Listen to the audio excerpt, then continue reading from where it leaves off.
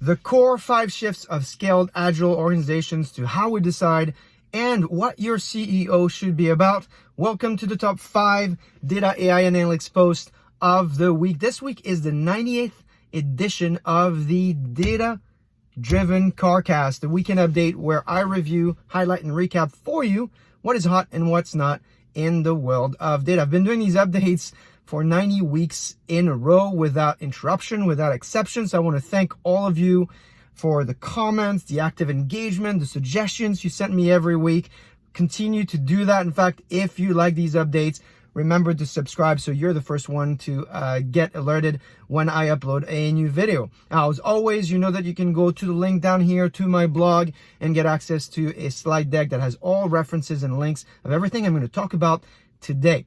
Now, I highlighted in the past few weeks amazing analytics leaders, and many of you have reached out to me and asked me to always open with that. So I'm going to do that again this week. And this week, I want to point you to the amazing team at Broadcom, Padmana, Sanders, Sanjay, who provided an amazing blog, an amazing video interview of their incredible journey migrating some 80 systems and applications into a cloud data lake.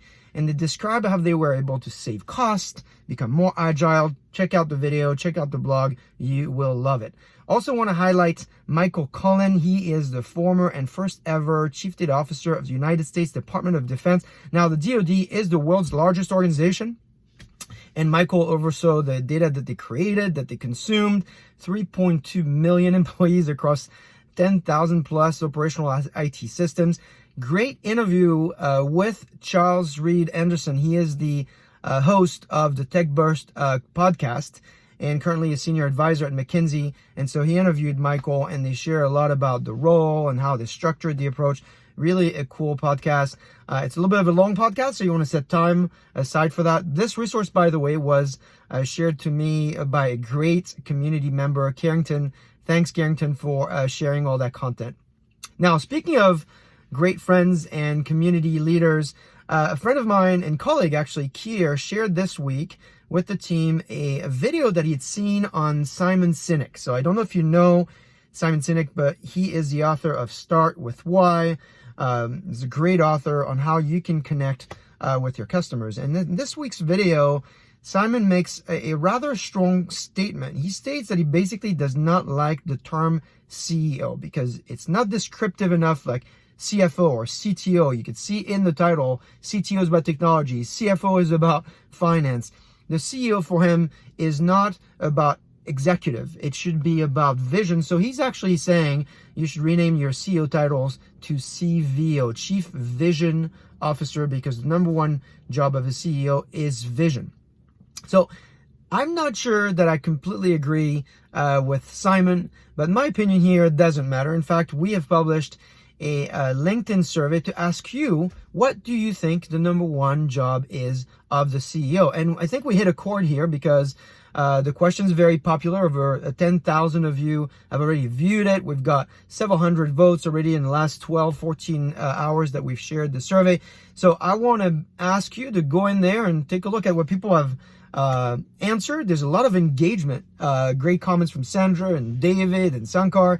And so don't hesitate, jump in, let us know what you think from your experience, large, medium, and small companies. What is the real number one job of the CEO? Now, this week, we also saw a fantastic piece by the good folks at McKinsey on the 5 core shifts of the scaled agile organizations. Now, the piece is very deep. There's a lot of research, great examples. So you want to set some time to read it. But I'm going to take you through the net of the piece. I think the first one is business conditions. You know, McKinsey highlights, rightly so, that over the last 20 years, digital companies have really kind of disrupted the market, and they've forced traditional players to rethink their operational models, right? Optimizing for speed, customer experience, better flexibility, and so forth. And when these traditional corporations accelerate digital innovation, they reap incredible benefits. From McKinsey quotes to incredible research, they show 20 to 30% increase in financial performance, 30 to 50% improvement in operational performance, customer satisfaction score boost of 10 to 30 points, and boost in employee engagement of 20 to 30 points. But the question is, how do these traditional organizations embrace digitalization in their own way? Because clearly they can't just mimic exactly what their digital competitors might be. They're not coming from the same background. They have legacy. They have different type of employees. They have different traditions. They've got different customers that they might be serving with different habits. So they got a different problem, if you will. However, they do need to embrace this new market forces, connect with customers in different ways. And so they need to build what McKinsey calls enterprise agility. And the research here that they provide is full of great best practices from how to organize teams. They call them tribes and teams of teams, how to create distributed systems, and how to deliver continuous delivery.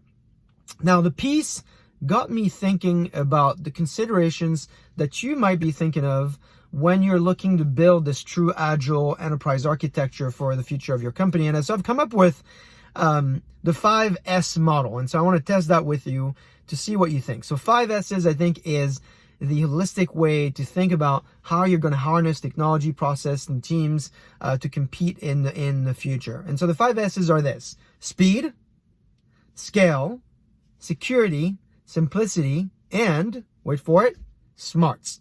And so when I think about speed, this one is pretty obvious. Do you have the teams? Do you have the processes? Do you have the technology required to execute at market speed? Nobody wants to react. You want to pre-act. You want to create market conditions. A friend of mine has this great analogy. He says, you don't want to be a thermometer. You want to be a thermostat. Basically, a thermometer takes an assessment of the temperature. The thermostat sets the mood. And so do you have the speed to do that?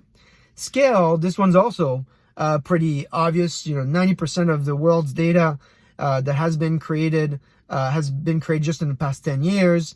175 zettabytes of data will be created in 5 years. 1 zettabyte, by the way, is 21 zeros, so it's barely comprehensible to the average individual. The point here is, if you don't think about building for scale today, you are cutting your opportunity to understand the market and your customers and creating a market motion for yourself.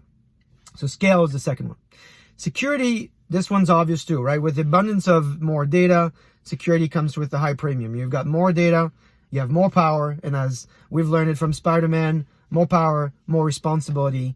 And so create data access freedom and security framework is critical. And so that's the third challenge, if you will. You got speed, you got scale, you got security.